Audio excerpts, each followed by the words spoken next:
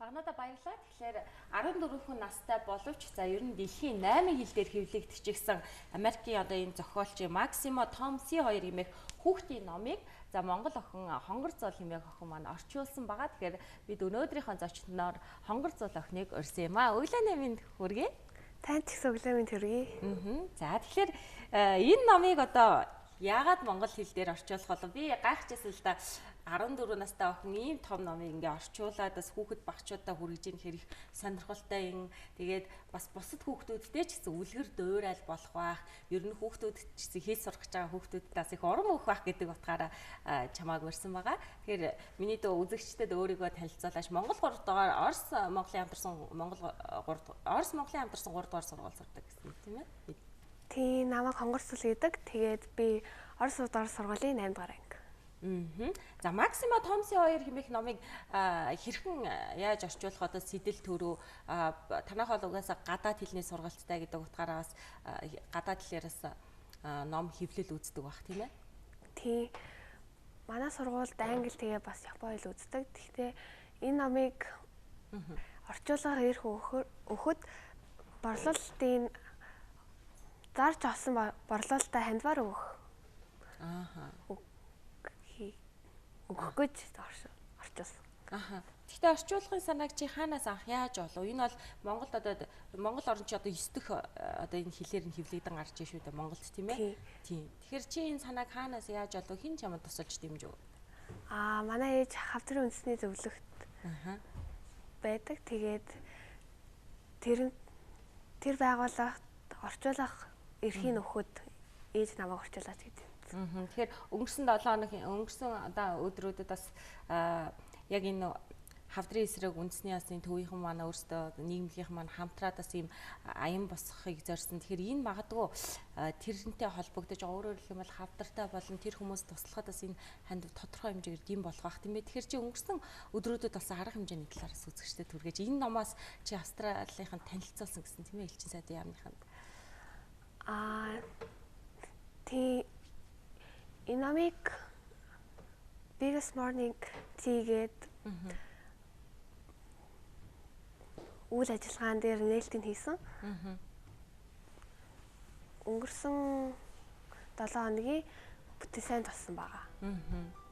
За тэр үед хүмүүс хэр сонирхож байна. Тэгээд бас ирсэн зочид бол мэдээж авсан бах тийм ээ. Номоо бас хичнээн хэвлсэн. Хичнээнийг нь тэр үеэр борлуулав. Хүмүүс сонирхож байсан боловч жоохон муу байсан гэж би бодож За байгаа. хэдийг борлуулсан? 16-г. За чи хэдийг одоо яг хэвлүүлсэн бэ энэ номыг? 1000-ыг. Тэгэхээр борлуулалт ер нь таарав байна. Тэгэхээр энэний одоо чи хэлсэн шүү дээ. Энийг бол зүгээр нэг орчуулчихсан ашиг олъё гэж бодоогүй. Энэ бол сайн үйлсэд зарцуулагдах юм аа гэж хандивт гэж. Энэ яг юунд зарцуулагдах талаар чи юунд одоо энээс олсон орлогыг зарцуулах юм. Ер нь энэ хідэнд өөрөг юмтэй үзэгчдээс мэдээлэл хүргэж. Яагаад тэгэхээр энэ бол ашигын төлөө биш үйл ажиллагаа шүү дээ. Энэ номын нэг ширхэг нь 10,000-аар зардаг. Тэгээд мөн өвчтөн хүүхдэд хандив болж очино. Монголын. Тийм. За тэгэхээр хоёлаас үзэгч хүүхдүүдтэй багчуудаас чиний сайн дуршлагаас хуваалцах зүйтэй байх гэж бодож байна л да. Тэгэхээр хэл сураад одоо ялангуяа ийм ном орчуулад гарах хэмжээндээс орчуулна гэдэг бол амаргүй ажил ах. Гэхдээ чиний хувьд одоо энийг хийхийн тулд хүүхэд багчуудтай ч гэдэг юм одоо хэл сурах гэж байгаа хүүхдүүдэд ямар зөвлөгөө өгөх вэ? Юмыг одоо баг гэж хамлахгүйгээр орчуулж сурахын тулд шүү дээ. Миний бодлоор шантрахгүй их зөв баг. Орчуулгасаа илүү шивхэн илүү хэцүү байсан гэж хэлээ. Хэлийг ер нь чи яаж сурч байна? Одоо л англи дээр нь орс хэл үзэж байна тийм ээ?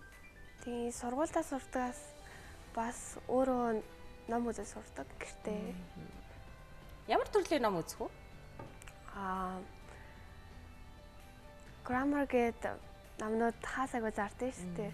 Тэгээд гэртээ байдгаас олоод сонирхолтой байдлаар сурдаг эсвэл зарим хүмүүс бол хэлийг ингээд өөрийнхөө хобби болгочихсон учраас сурдаг гэж ярьдаг. Чиний хувьд одоо хобби юу эсвэл за яалтчгүй би энэ хэлийг сурах ёстой юм да гэж бодоод хичээж сурч байна уу?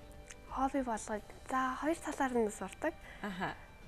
Кино үзэхээр бас дуу сурахаар илүү сонирхолтойгоор үг тогтоогддог.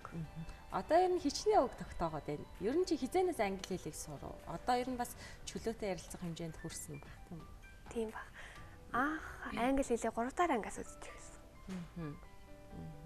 Тэгэхээр үзэгч хүүхдүүд бол мэдээж дуунаас ч юм уу те бас ийм сонирхолтой бас англи дээр хялбархан энгийн ойлгомжтой те тайлбарласан ийм үлгэрийн номноос бас эхлэх нь зөв гэж би ойлгож байна чиний хар.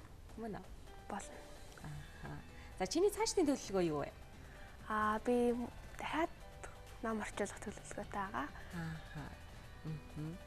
За тэгэхээр үзэгчтэй бид өглөөний зочноороо та бүхнийг 14 настай за 8 дугаар ангиас сурагч охин ингээд Америкийн нэгдсэн улсын одоо энэ хүүхдэд зориулсан Максимо Томси хоёр эмээгийн номыг одоо эх орондоо монгол хэлээр орчуулад гаргаж байгаа. За гэхдээ энэ ном бол ашиг олох зорилгоор биш. За энэ бол Монголын одоо маш олон өвчтөе хүүхдүүдийн эрүүл мэндийн төлөө одоо энэ номноос олох орлого бол зарцуулагдах юм байна. Тийм учраас би та бүхнийг Монгол Оросын хамтарсан 3 дугаар сургуулийн сурагч Хонгор Золтой уулзууллаа. Анхаарлаа хандуулсанд баярлалаа. Өглөөний мэдээ хөтөлбөрөө үргэлжлүүлүүл авч үзнэ.